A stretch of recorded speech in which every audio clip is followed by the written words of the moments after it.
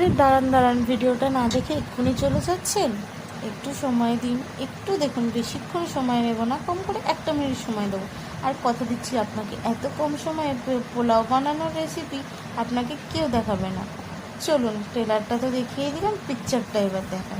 দেখো, কড়ার মধ্যে ঘি দিয়ে দিয়েছি, দিয়ে গরম মশলাটা ফোড়নে দিয়ে দিয়েছি।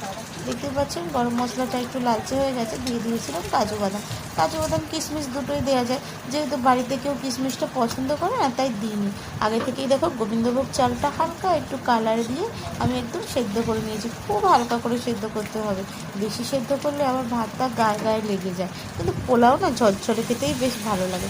দেখছো লাল লাল হয়ে গেছে, তারপরে ঝেড়ে রাখা ভাতটা আমি ওদের দিয়ে দিচ্ছি। দেখো, দিয়ে এই যে নেড়ে ছেড়ে নেব ভালো করে। নাড়া চাড়ার পরে লাস্টে এতে না একটু মিষ্টি হয় পোলাও, সবাই জানো নাম হচ্ছে বাসন্তী পোলাও।